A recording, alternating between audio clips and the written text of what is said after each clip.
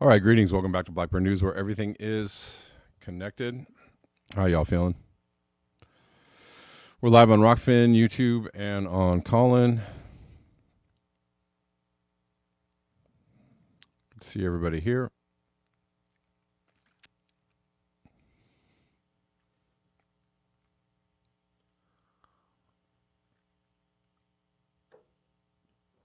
And let's jump right into it.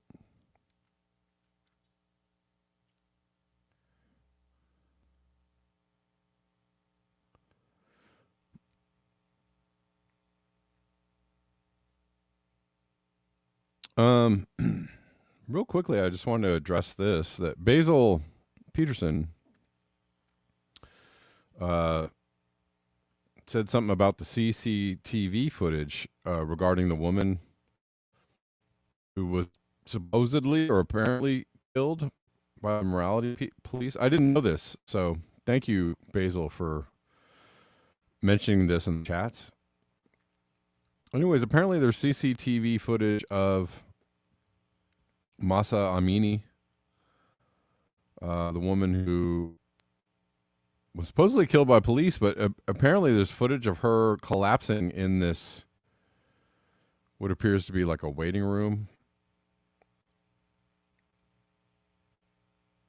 So maybe this isn't organic. I don't know.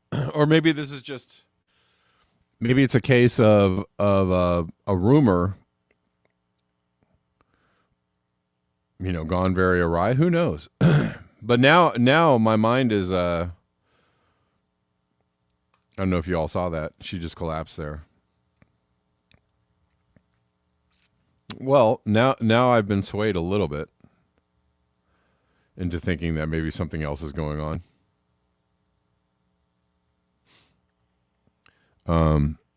Given this new information, because that's what happens when you.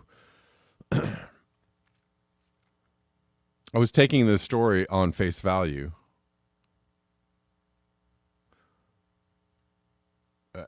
Taking the story as it was presented, but now. Now more information is available. So it looks like she didn't die at the hands of the morality police. So, somebody says they say she was beaten in the police vehicle that brought her there. Okay. Well, now I'm all over the place. She doesn't look beaten though. If she was beaten, if she was beaten to the point where she died, although she is like pointing towards her body, right? Pointing at her body. Hold on. Let's look at this again. Here she is sitting down.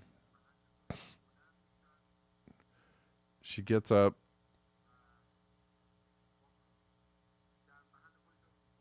And she's in focus, and she's like talking about her clothes, right? She is not beaten. I'm sorry. There's nothing in this. There's nothing in that picture that shows that she's like been beaten to the point where she's gonna die. Like there's no blood. She's not limping. She's not like holding her head. She's not in any kind of, she's just standing there like saying like, look at my clothes. I don't know. You can't like come to a conclusion based on this video, but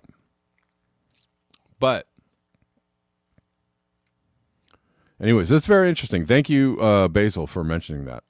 I was kind of keeping an eye out and waiting to see if somebody had more information around what happened. Anyways, Basil also says, by the way, she had just recently received a booster shot. Interesting, Basil. Very interesting. And then there's that, right? So, all right. So now the story gets very, now the story gets very strange. However, I mean, well, we're taking the video, Poppy Davis, we're taking that video as face value too, that it's her.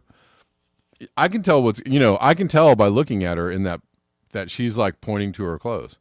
That she walked in under her own power, sat down. Somebody was talking to this other woman over here, and she got up, went over, started talking about her clothes. Again, we're taking that on face value that it's her, that all of that, all the information around the video, all of that is true and correct, Anyways, it just adds another wrinkle of what's really going on there.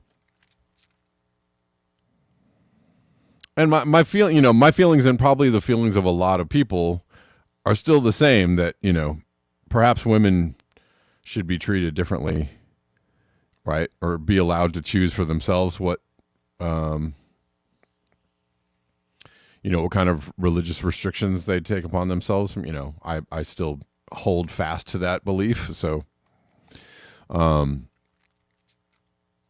I still hold fast to the belief that it's a totalitarian religious regime is no different from a totalitarian capitalist or communist or any other totalitarian regime. Anyways, that was interesting. Thank you, Basil, for showing that to me. I appreciate it. Or mentioning that. And also the fact she had a booster shot, I guess that's interesting too. All right, let's move on.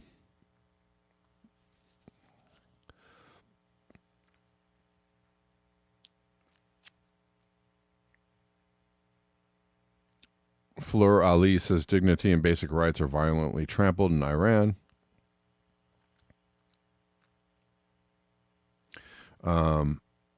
Well, there's actually a clip I saw today of Reverend Farrakhan talking to what is his name? I'll remember in a second. I didn't have it in my show notes, but it's a very interesting clip. And actually, Farrakhan really sums up a lot of. Yeah, exactly. Dignity and basic rights are violently trampled in the USA as well. Right, so there's that. Creative Experiment says hard to fund climate change channels. You might be the only one left. One of the few, the proud. It's getting weirder to talk about climate change these days. And I don't know. The people that talk about climate change are, many of them are probably in a place of like, well, I've said about all I can say about the subject.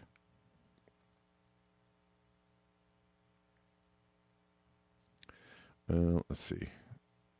Let's see if we can get this. Oh, this is interesting.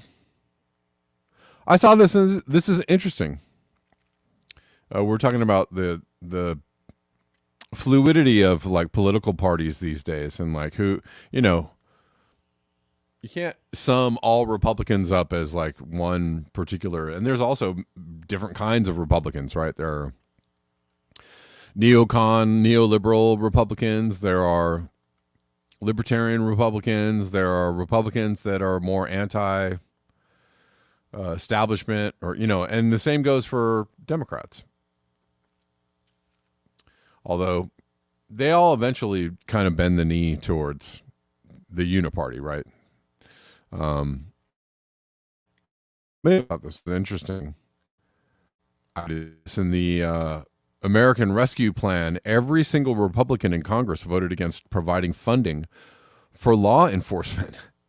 And I was like, that is really strange, because isn't the Republican Party the party of law and order? Isn't the Republican Party the party of, more funding for police? So, if this is the Democrats' Twitter account, so I'm assuming that they're telling you the truth. Well, if that's true, that's a very anti-establishment, very almost lefty progressive position to take, that they're not going to fund law enforcement. I'm sure they had their reasons, and maybe the reasons were convoluted. I don't know, but this is the main reason I want to show this. This is a position that you would expect Democrats to take, or at least the progressive Democrats, to not to vote against funding for law enforcement. And I'll probably bet you, I'll probably would be right in guessing that most of the Democrats voted for the funding of law enforcement. Anyways, just an example of how things are very weird these days. Nothing is what it seems these days. All right. So Hurricane Ian obviously is making news. Coming in hot on the Florida. Hurricane Ian became a major hurricane as it made landfall in western Cuba early Tuesday. As AccuWeather forecasters expected to continue to strengthen, mandatory evacuations were underway in Florida.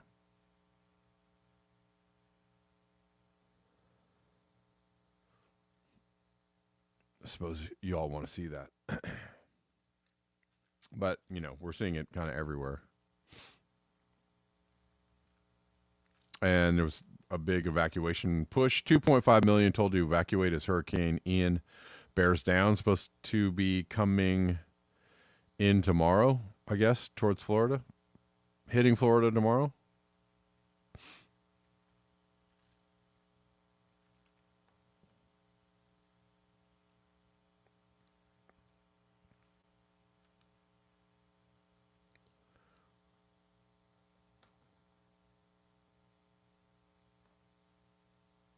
Hurricane Center director calls Hurricane Ian forecast near worst case scenario for Tampa.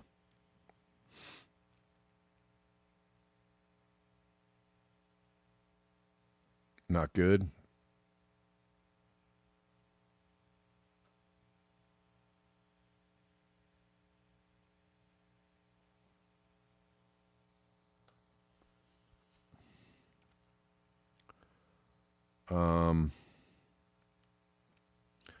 I don't know what this means.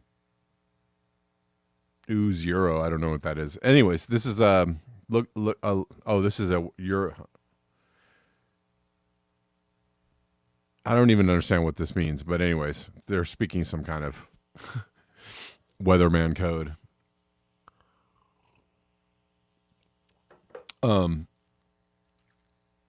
Anyways, this is the likely path, and looking like it's gonna direct hit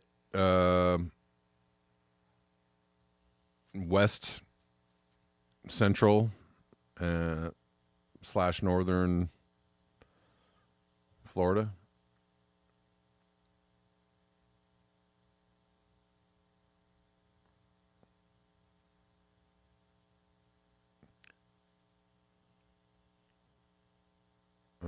Let's see.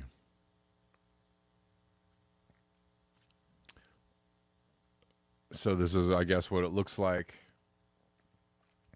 getting away from Hurricane Ian.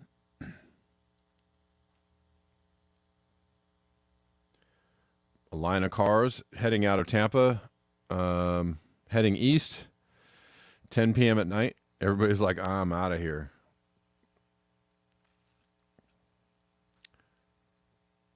All these all these disasters and all the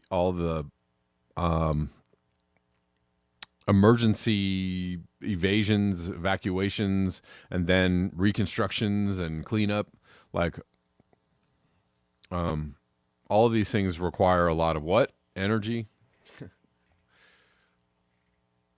money. Even takes money to escape a disaster. Gas sales are through the roof. Ian will come through, wipe out a bunch of Tampa, and then, the cleanup will make a lot of people money too.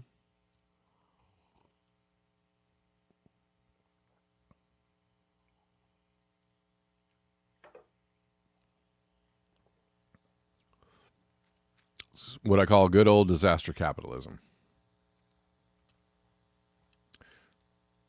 Literal disaster capitalism.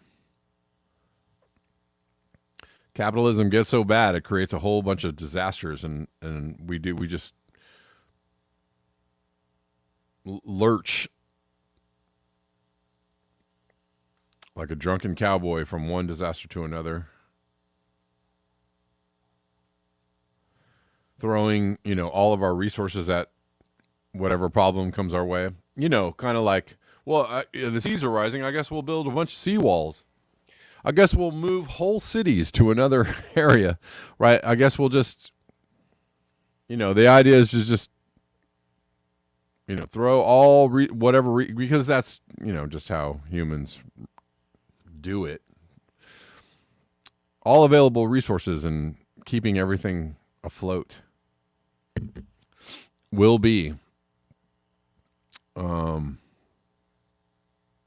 utilized in responding to these disasters. This is in Miami. Miami now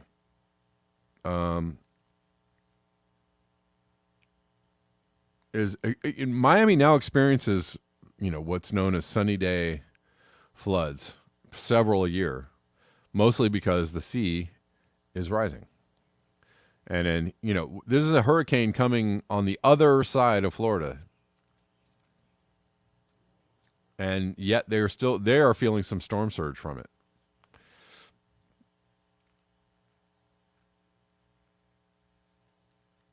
But that's pretty wild footage.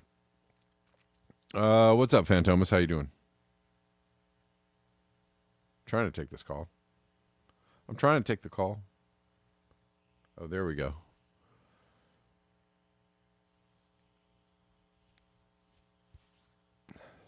Hey, Phantomas, how you doing?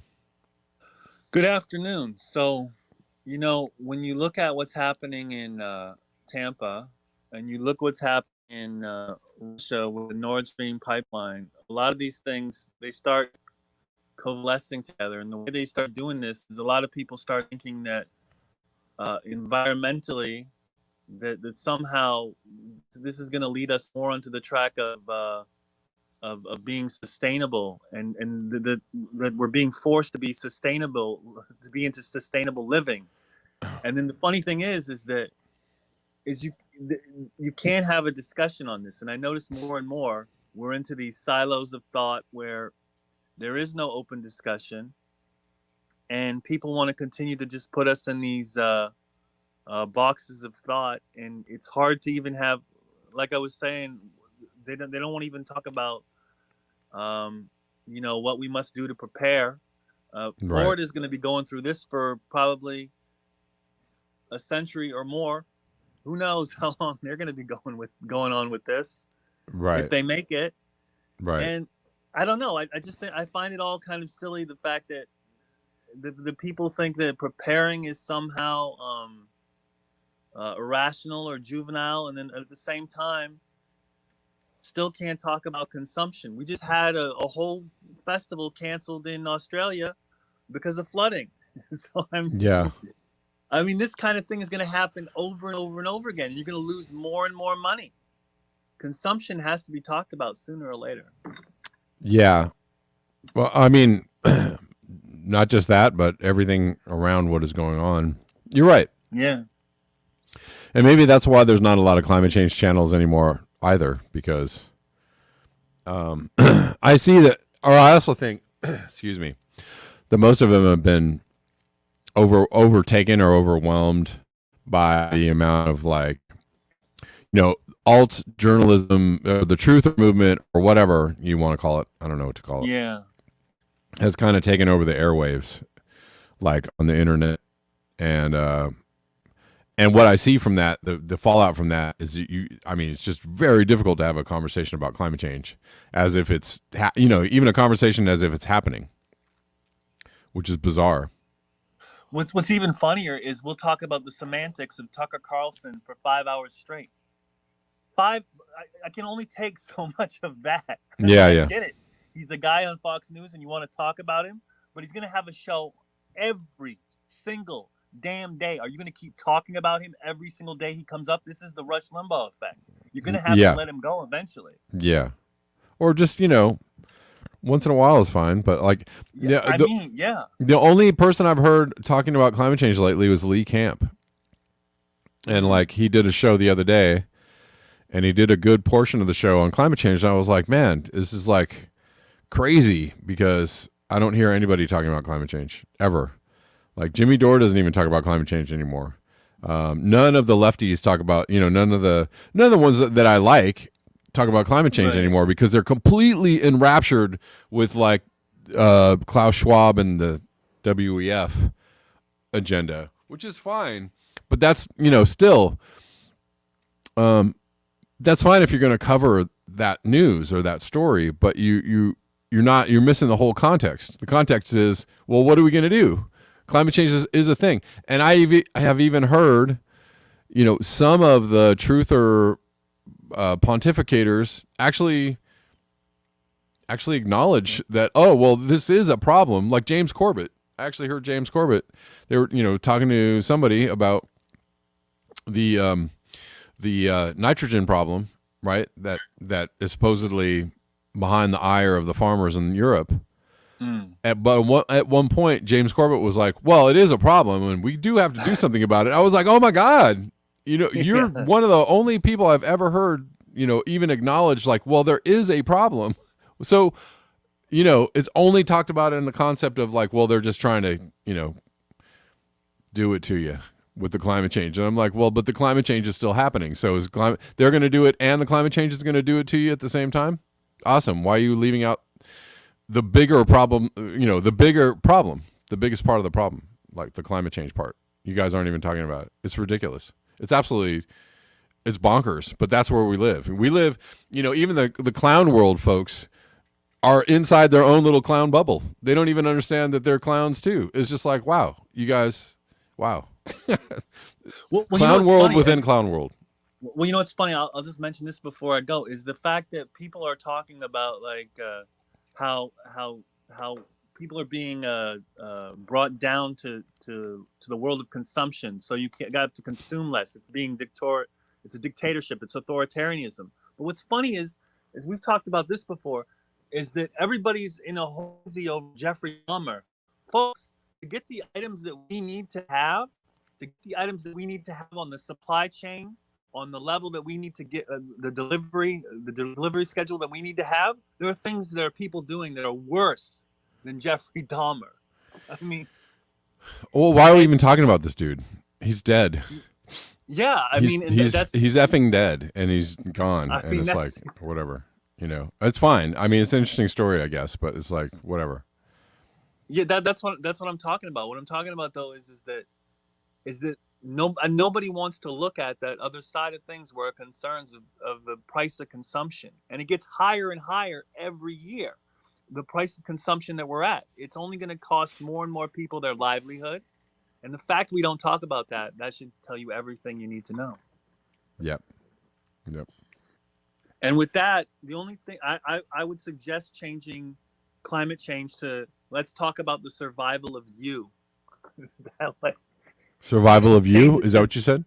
Yeah, the survival of you. It's more direct, Let's talk about the survival of you. Well, that's the other thing. Yeah, you're right. And I was thinking about that too. Is like they're trying to paint like anybody who talks about climate change or with a climate change agenda is like anti-human, Malthusian, or whatever. And I'm like, no, actually. Anti-human. Like business as usual is a very anti-human activity, right? Because it'll eventually drive us into extinction. That's a very anti-human activity. If anything, I have my thoughts about humans, but my standpoint or my concern is very pro-life. Is very pro-life on Earth, and some kind of human surviving. That is my stand. And that's my purpose for being concerned about climate change is like, oh, well, we're destroying the planet. So maybe we shouldn't do that. Maybe we shouldn't destroy habitat for all humans on Earth. Maybe we shouldn't do that. That's a very pro-life. That's a very, on a very base level, pro-human, pro-life on Earth. Like your position is anti-human because it's just dumbass. It's just, your dumbass position is anti-human. Because you're not even considering the quote. Consequences, right? Anyways, whatever. I'll leave with this quote: "You can't party your life away. You can't drink your life away. You can't spend your life away, or your seeds will grow up the same way." That's Wu-Tang. There you go. Later. There you go. All right. Thanks. Bye. Yeah.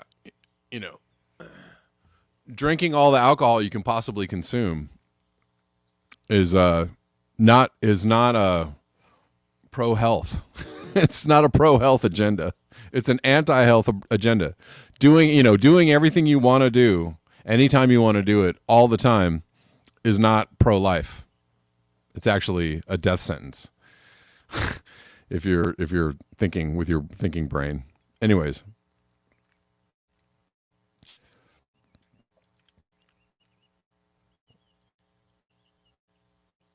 Well, anyways, we were on something, or I was on something. You're on something. Or you're onto something. They need to change the range of color bar to accurately describe the mind-blowing sea surface temperature anomalies going on in the North Atlantic. And what happened to the cold spot just south of Greenland? Time to go for a walk and just breathe in the morning air. So this is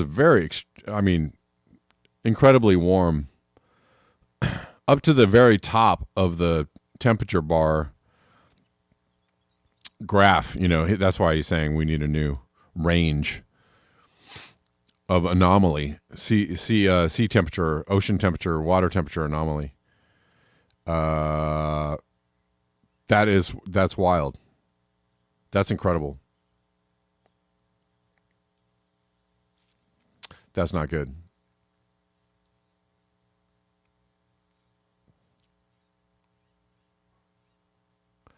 By the way, the address on the screen is a good way to support the channel, or if you leave a Rockfin tip, I can read your comment at the end of the show. Or if you leave a comment, if you leave me a tip anywhere else, I can also read your comments, stuff like that.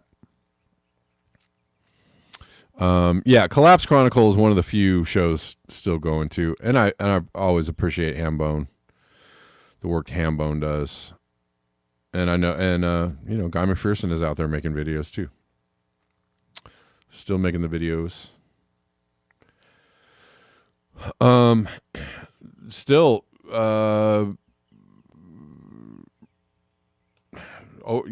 incredible, long-lasting heat wave going on in China.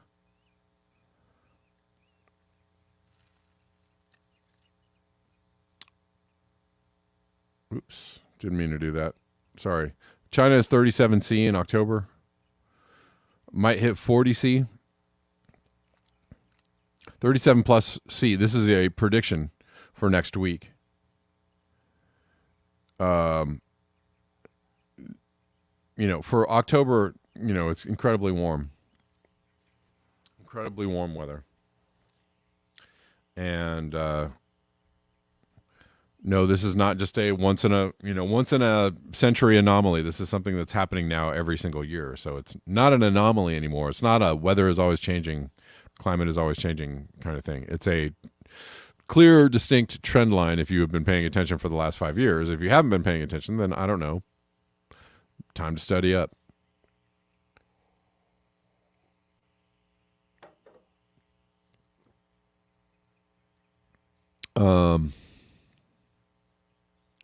But wild, heat wave, persistent, long-lasting, persistent heat wave going on in China. Kind of trying to run through these stories quickly so I can get to everything today. I did want to talk about the Nord Stream thing that's going on. That there's a leak on the Nord Stream pipeline. And everybody's like, who? Oh, I wonder. Looks like sabotage. We'll talk about it a little bit.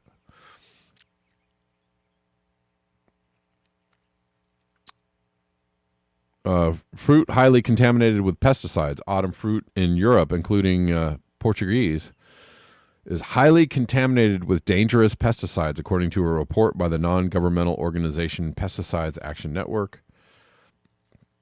Well, that's not good, right?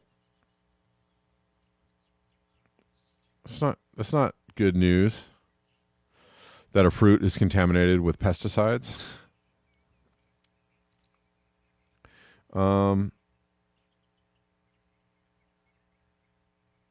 I thought that, Europe was a little better on pesticides than most countries. But apparently not, right? Norway ranked worst with 61% contamination of their raspberries. Value of Portuguese raspberries was 11%. Tested in 2020, tested all fruits were contaminated, while in 2011 the value 33% of all tested fruits were contaminated.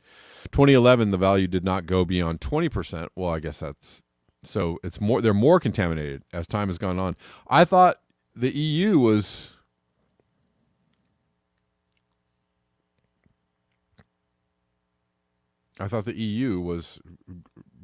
better on pesticides. Apparently not.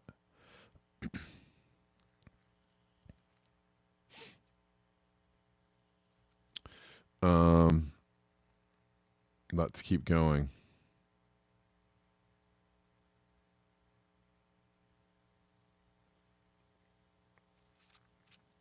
There's a couple of good tweets just quickly. Some good solid tweets. Mobile phones are viewed as essential. Life existed happily without them. Holiday, essential. Car, essential. Essential creeps over the years, claiming raw materials and polluting as it goes. That's a really great take. But what we see is, essential for, everyday life or human existence, or, were things that we didn't even have, many of those things, a majority of those things, nobody had 100 years ago. Or maybe we'll go back on, 120 years. 120 years ago, nobody had phones, cars, washing machines, and everybody, they were living. They lived the life.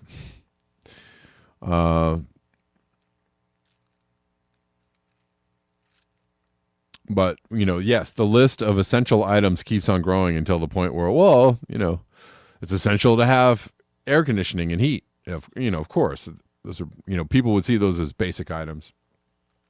Transportation, cars, access to, internet, blah, blah, phone, blah, blah, etc. Right? You know what I'm saying? And the list grows and the things continue to pile up. These essential things continue to pile up in your life. Oh, I need a microwave. Oh, I need a dishwasher. Oh, I need a thing. It's a really good exercise to consider the things that you think are essential and then consider getting rid of those things in your life. I think that's, I have lots of things in my life, right? I'm during most of my day off of this channel, I'm a very normal person. However, I do make an effort on the daily to let go of things that I don't, that are really not essential.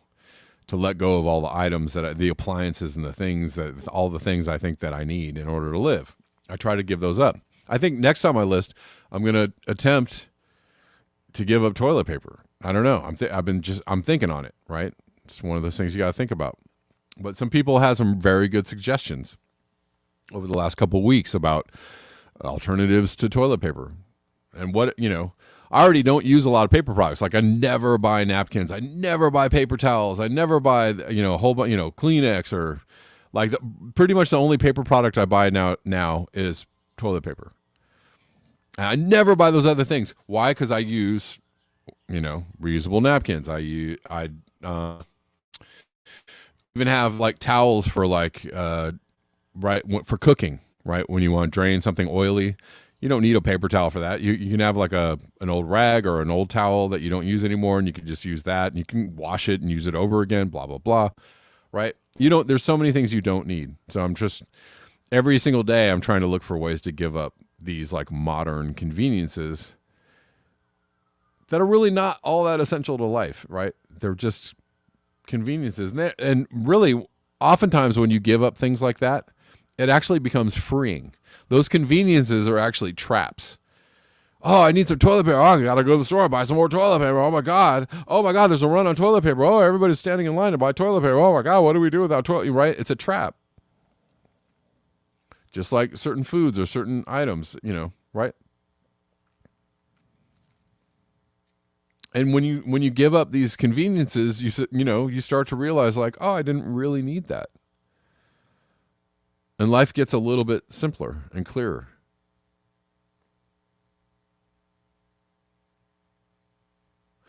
Caleb says peanut M&Ms are essential. No, sir. But they're good. They're delicious.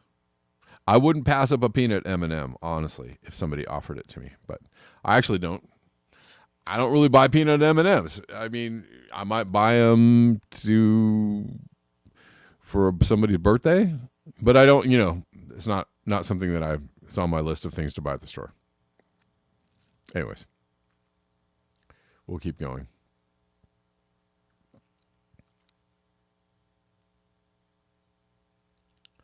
Here's another good tweet.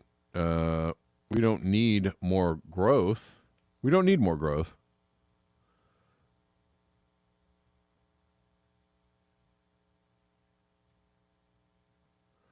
We don't need more growth. We need more redistribution. Yeah. Somebody says, correct. Exactly. We don't need more growth. We do. It's true. Have a lot of things. We have the capability of people having houses and food and all kinds of things.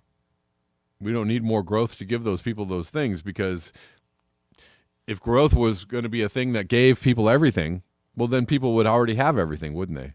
We've already had 100 years or 120 years of like mega super cancerous capitalism, that supposedly was supposed to trickle down to the poors. Not really.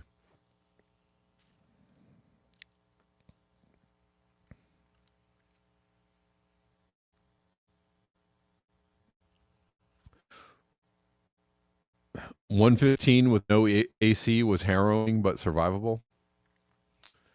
Yeah, it's survivable. I mean, I survived the last, let me see, a couple years ago. Not this summer. Maybe it was the summer before. It was like, it got up to like 120 here for a couple days. I didn't have any AC. I mean, it sucked, but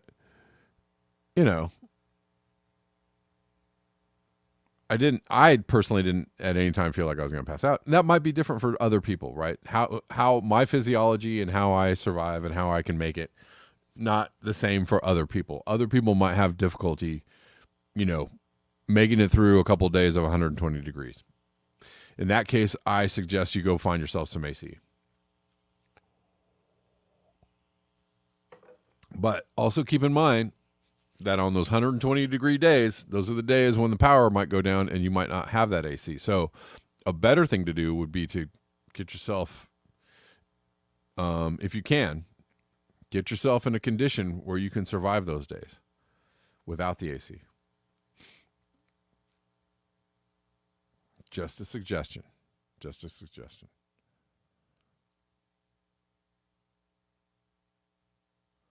Apparently we exploded a satellite we pushed a satellite at an asteroid, excuse me. We pushed a satellite at an asteroid in order to see what would happen. In order to see if we could knock an asteroid out of the way. So we spent money to send a rocket 7 million miles to collide with an asteroid to see what happens, but can't fix the water in Flint, Michigan or Jackson, Mississippi. True story. Well, and there you go. There's actually the point of the redistribution and not the more growth. Like, that's a neat trick that we could send something to hit an asteroid. But an even neater trick would be to give people livability on the planet Earth. That would be a really neat trick. We're not doing that so well.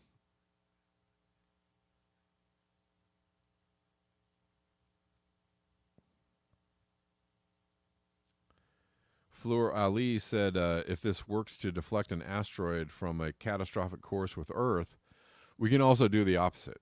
Not sure.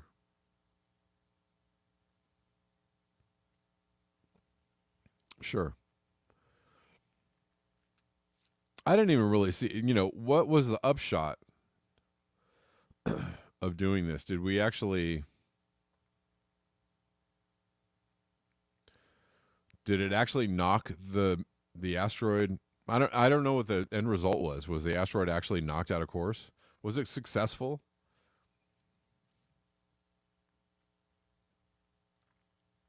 Anybody? Or did they just hit it and everybody clapped because they hit it?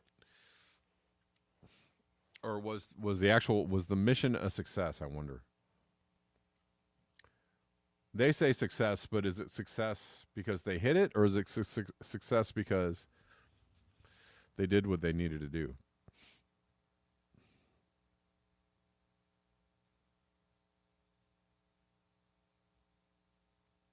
I don't know. I didn't really hear what the end result was. Bella Lagrisi says we don't know. Oh, so it's I get it. So yeah, I guess if you hit it and then you don't know yet if it's going to knock it out of its orbit, sure, I could see that. Did it really have any impact? It had an impact, but it have an impact. I don't know. Scott Andrews says the asteroid was successful. It's now headed for Earth. All right. Excuse me.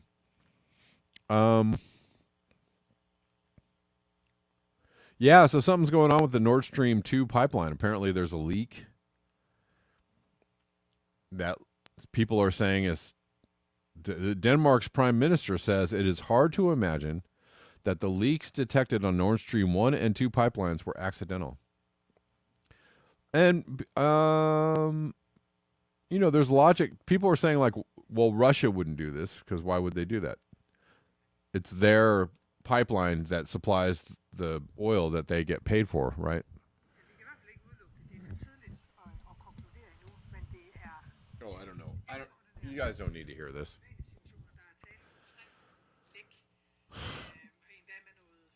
Anyways, she's just saying. And also, they control the pipeline so that they would be able to shut it down if they wanted to shut it down. Didn't they shut it down already? I think they already shut it down, saying like, we have to do some maintenance.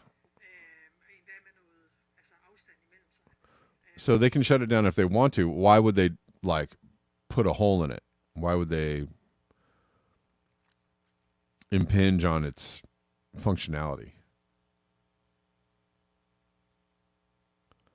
It doesn't make a lot of sense.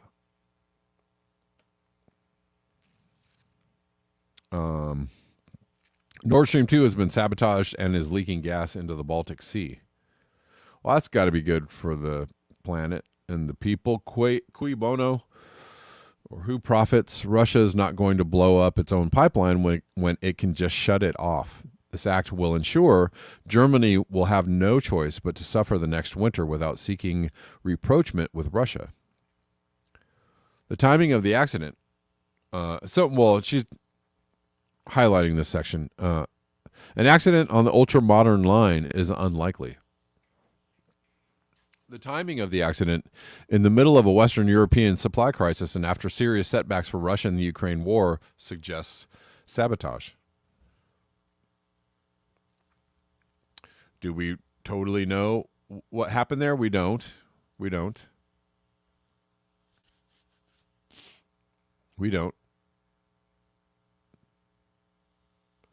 But, another wrinkle in the Ukrainian-Russian EU-NATO saga.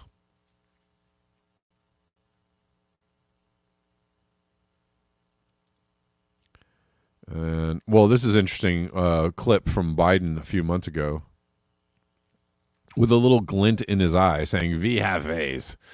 Only he doesn't have a German accent. "We have ways." Biden admits U.S. behind sabotage of Nord Stream 1 and 2. He doesn't admit it. He's suggesting that they could possibly do something. Biden, if Russia invades, then there will be no longer a Nord Stream 2. Reporter, but how will you do that? It's in Germany's control.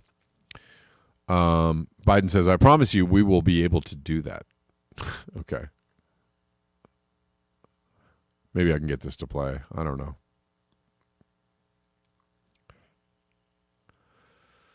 Sorry if that's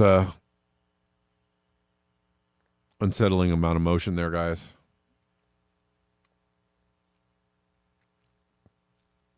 I mean, a lot of people are suggesting that maybe we're behind this. I don't know. We will find out, I guess, or maybe we will never know. What? Look at his face. What a weirdo. Oh, you can't see his face. I don't know if I'm going to get this one to play.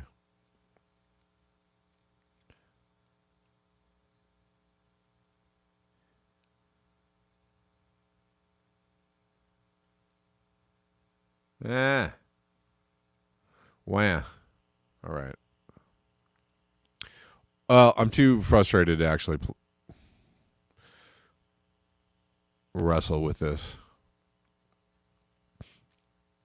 Scott Andrews says there was also a massive fire at Tesla's Gigafactory in Germany. Looks intentional. I don't know. It's interesting. A lot of fires, a lot of factory fires, a lot of distribution center fires.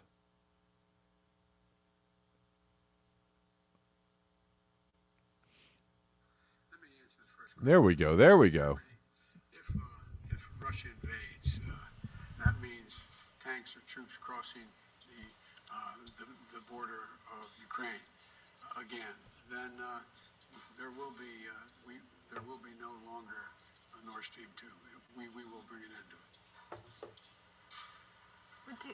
How will you do that exactly? Since the project and control of the project is within Germany's control. We will. I promise you, we'll be able to do it. Let me answer the first question first. If Russia invades. He said with a wry smile, I promise you we'll be able to do that. We are the United States. We could do anything we want to. Jack.